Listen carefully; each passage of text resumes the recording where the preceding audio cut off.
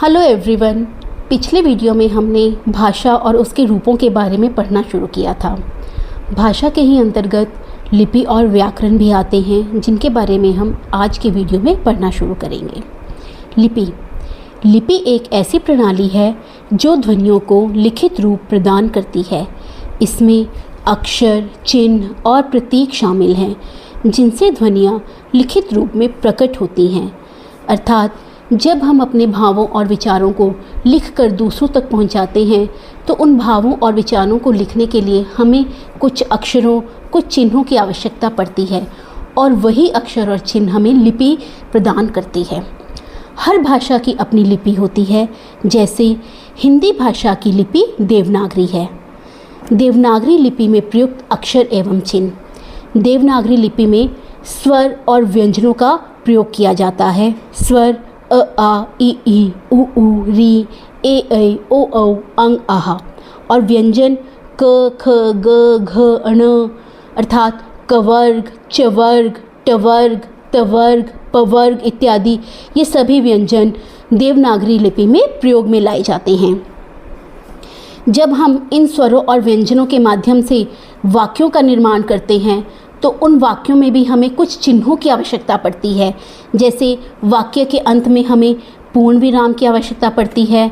वाक्य के बीच में हमें अल्प विराम की आवश्यकता भी पड़ती है। जब हम कभी किसी से प्रश्न पूछते हैं, तो प्रश्न के अंत में प्रश्नवाचक चिन्ह लगाना पड़ता है। जब कभी हैरानी का भाव हमें प्रयोग में लाना है, तो हमें विस्मयादिबोधक विराम चिन्ह की आवश्यकता पड़ती है। अर्थात स्वर, व्यंजन और चिन्ह ये सभी मिलकर ही देवनागरी लिपि का निर्माण करते हैं। अन्य भाषाएं एवं उनकी लिपियां। संस्कृत भाषा की लिपि भी देवनागरी है, और संस्कृत भाषा में भी उन्हीं स्वरों, व्यंजनों और चिन्हों का प्रयोग किया जाता है जो हिंदी भाषा में किया जाता है। अब देवनागरी लिपि ना सिर्फ हिंदी और संस्कृत की लिपि है, बल्कि और भाषाएं भी हैं जिनमें देवनागरी लिपि का प्रयोग किया जाता है। जैसे मराठी, सिंधी, मैथिली, संथाली, नेपाली, ये सारी भाषाएं भी देवनागरी लिपि में ही लिखी जाती हैं। कुछ भाषाएं ऐसी हैं जिनका नाम वो जो है वही उसकी लिपि भी है। जैसे बंगाली की लिपि भी बंगाली है, तमिल की लिपि तमिल, तेलुगु की तेलुगु, कन्नड़ की लिपि कन्नड़, मणिपुरी की लिपि भी मणिपुरी ही है।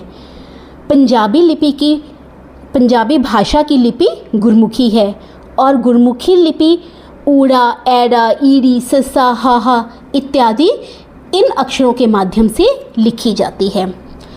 अंग्रेज़ी भाषा की लिपि रोमन है, और रोमन लिपि A, B, C, D, E, F, G, so on up to Z, ये 26 अल्फ़ाबेट्स के माध्यम से अंग्रेज़ी भाषा लिखी जाती है।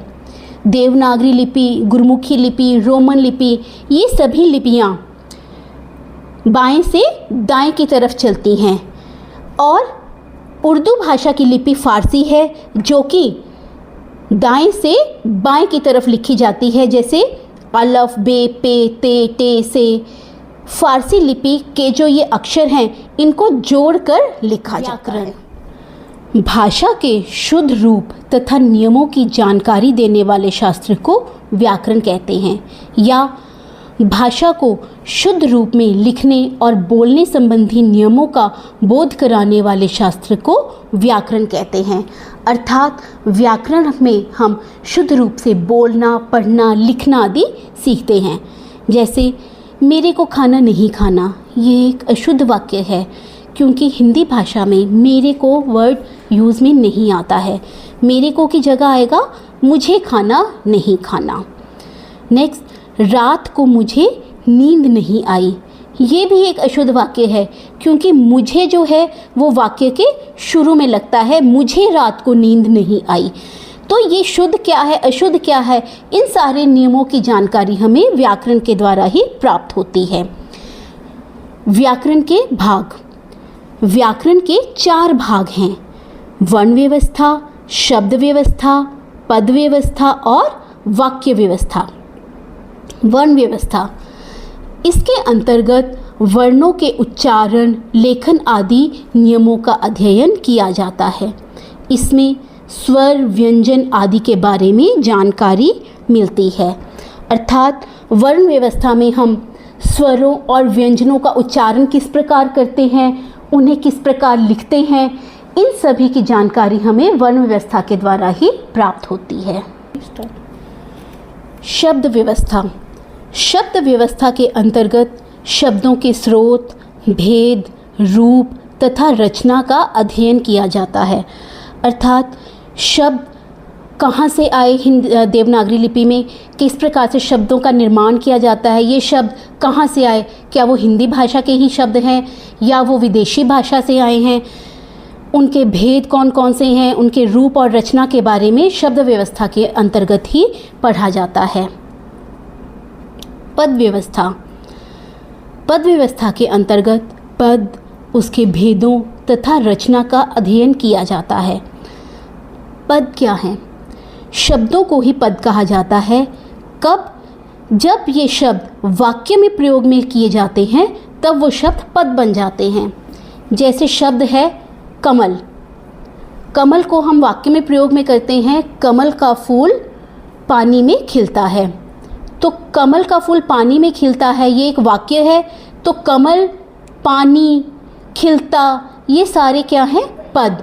अलग अलग अगर हम लिखेंगे तो वो शब्द हैं। जब इन्हीं शब्दों को हम वाक्यों में प्रयोग में करते हैं तो वही शब्द पद बन जाता है। जैसे लड़का एक शब्द है, जब हम वाक्य में लिखते हैं लड़का पानी पीता है तो लड़का पद बन जाता है। तो इन्हीं के बारे में, उसके भेदों के बारे में, रचना के बारे में हम पद व्यवस्था के अंतर्गत पढ़ते हैं। वाक्य व्यवस्था। वाक्य व्यवस्था के अंतर्गत वाक्यों की संरचना, वाक्यों के भेद, वाक्य रूपांतरण तथा विराम चिन्हों का अध्ययन किया जाता है। इनके बारे में हम अगले वीडियो में विस्तार पूर्वक पढ़ेंगे।